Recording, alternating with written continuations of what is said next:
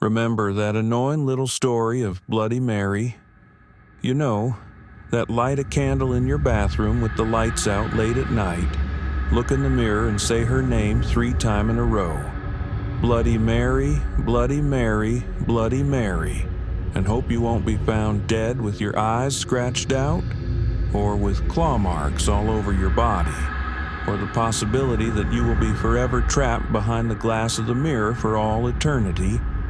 What a fun and cherry tale. Well, one must wonder where the tale had come from. There are hundreds of backstories on how Bloody Mary came to be, but one of the most reasonable as it can get when a reflection kills you, is the tale of her demise.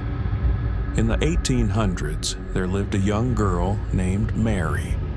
An illness washed over the place where they lived, making people drop dead after a short period of time. When physicians couldn't find a pulse, or when they put a mirror under the nose of the seemingly dead, there might not always be condensation on it from their breaths, so the fallen would be easily assumed to be dead. But were they? Cases of people who were pronounced dead but weren't happened often. So when one would die, people would put a small hole in the coffin and put a piece of string through the hole that was attached to a bell.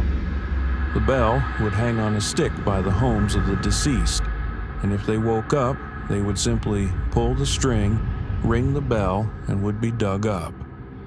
Of course, when Mary was to bedridden and slowly died, she was laid in a coffin in her grave. She wasn't to be buried under. Just yet it would be easier to unnail the coffin she was put away in. The string and the bell was, of course, on hand. Days passed then up to a week. Her parents never left the house wishing with their very being that their sweet Mary would awaken again. Friends of the parents claimed that if she had not awoken yet, then she never would. That day, the parents left the house with their friends at their behalf. When her parents had gone, a neighbor came and began to fill her grave, string and all, just in case she would wake up if she was still alive, and if so, before she suffocated. The neighbor had said his remorse and walked to his home. Not soon after Mary awoken from her slumber, she pulled the string to the bell that wouldn't be heard from her parents who were out and the neighbor who was too far away. She pulled and pulled the string until the bell fell, and so did the stick. She began clawing and scratching at her wooden prison until her fingers bled, then she cut scratching till she breathed her last breath. When the parents arrived home, the father soon realized that the bell as yards away from it originally was, and soon called for his wife to come and help him dig up their daughter.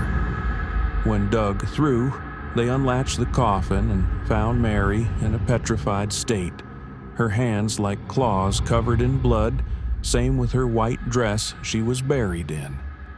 They put a mirror under her nose to see if her breaths would show. Condensation was shown on the mirror, but even so, she was dead. Her spirit is said to have attached to the mirror.